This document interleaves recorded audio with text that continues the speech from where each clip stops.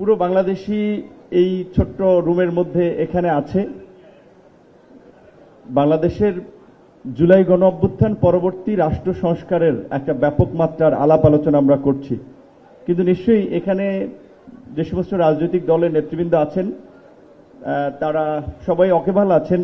অনেকগুলো দলের আলাপ আলোচনার ভিত্তিতেই হয়তো এক্সপোজারটা বিএনপি করেছে, কিন্তু সকলের মতামত নিয়ে এবং সকলের সিদ্ধান্তের আলোকেই বিএনপি প্রথমে 10 দফা, সেখান থেকে 27 দফা এবং সর্বশেষ 31 দফা রাষ্ট্র সংস্কারের একটা রূপরেখা বিএনপি ক্ষমতার বাইরে থেকেই অন্যান্য রাজনৈতিক দলগুলোকে নিয়ে দিয়েছে।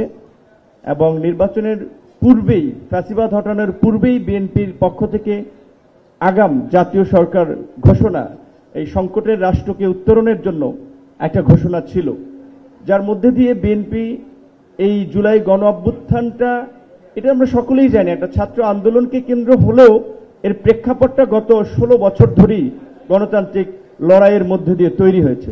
সেখানে বিএনপি যদি এই জাতীয় ঐক্যের জায়গাটা তৈরি করতে না পারত, তাহলে হয়তো এই গণ অভ্যুত্থানটা কবে হতো সেটা বলা মুশকিল হতো। বিএনপির এই সংগঠিত জাতীয় ঐক্যের রূপের ফলেই কিন্তু আমরা সকলে সম্মিলিতভাবে ফ্যাসিবাদের বিরুদ্ধে রাজপথে রুখে দাঁড়াতে পেরেছি। তো আজকে দেশের নির্বাচন নিয়ে যে সংকট তৈরি হয়েছে কিংবা রাষ্ট্র সংস্কার নিয়ে আমি মনে করি অহেতুক বিতর্ক এবং বিভাজন হচ্ছে, এইটাকে কমিয়ে আনার জন্য বিএনপি একটা বড় রাজনৈতিক দল হিসেবে ভূমিকা নিতে পারে। সরকারকে রাজনৈতিক দলগুলো সহযোগিতা করছে বিধায়ী সরকার স্মুথলি যতটুকু রাষ্ট্র পরিচালনা করতে পারছে। সংস্কারের প্রশ্নেও বিএনপিকে আমি মনে করি একটা ভূমিকা নিতে হবে। কোন কোন জায়গায় বিশেষ করে রাজনৈতিক দলগুলোকে নিয়ে ঐক্যমত তৈরি করা যায়। সরকার অনেক ক্ষেত্রে পারছে না, সেই বিভাজনটা আমরা দেখছি যে সরকারের উপদেষ্টাদের বক্তব্য এবং সরকারের কিছু পক্ষপাতমূলক আচরণের কারণে কিছুটা বিভাজন তৈরি হচ্ছে। বাংলাদেশের বর্তমান বিশেষ করে প্রেক্ষাপট এবং ভূ রাজনীতিতে আমরা সাম্প্রতিক মার্কিন যুক্তরাষ্ট্রের যে গোয়েন্দা প্রধান, তার বক্তব্য আপনারা অনেকেই বলছেন এটা ইন্ডিয়া থেকে দিয়েছে তাই একটা খুব গুরুত্ব পাচ্ছে, কিংবা এটা একটা প্ল্যান কোশ্চেন, এটা একটা হেডলাইন সাংবাদিকদের তারা প্রি প্ল্যান করেছে।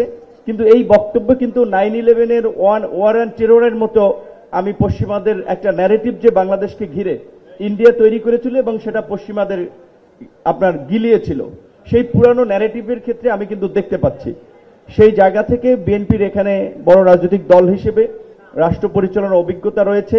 এখনো সরকারকে সুপরামর্শ দেওয়ার এবং সঠিক পথে পরিচালনার ক্ষেত্রে আমি মনে করি তারা ভূমিকা নিতে পারবে। তাই আমার মনে হয় যে নির্বাচন যত দেরিতে হবে সংকট তত ঘনীভূত হবে, এবং নির্বাচন যত দেরি হবে ষড়যন্ত্র তত ডালপালা মেলবে। নির্বাচনবিহীন অনির্বাচিত একটা সরকার দেশে থাকা মানেই হচ্ছে আসলে অনেক ধরনের ফায়দা নেওয়ার রাস্তা খোঁজা। সেই জায়গা থেকে রাজনৈতিক দলগুলোকে নিয়ে একটা নির্বাচনের প্রশ্নে বিএনপির আমার মনে হয় যে ঐক্যমতের দিকে যাওয়াটা দরকার। আজকের এই প্রোগ্রামে সকলের মাঝে গণ অধিকার পরিষদের পক্ষ থেকে কথা বলার সুযোগ করে দেওয়ার জন্য আমরা বিএনপির চেয়ারম্যান এবং আজকের যারা আয়োজক তাদেরকে ধন্যবাদ জানাচ্ছি, এবং আগামীতেও রাষ্ট্র সংস্কার জাতীয় ঐক্যমতের ক্ষেত্রে বিএনপির যে কোনো ইতিবাচক সিদ্ধান্তের সাথে আমরা আছি। ধন্যবাদ।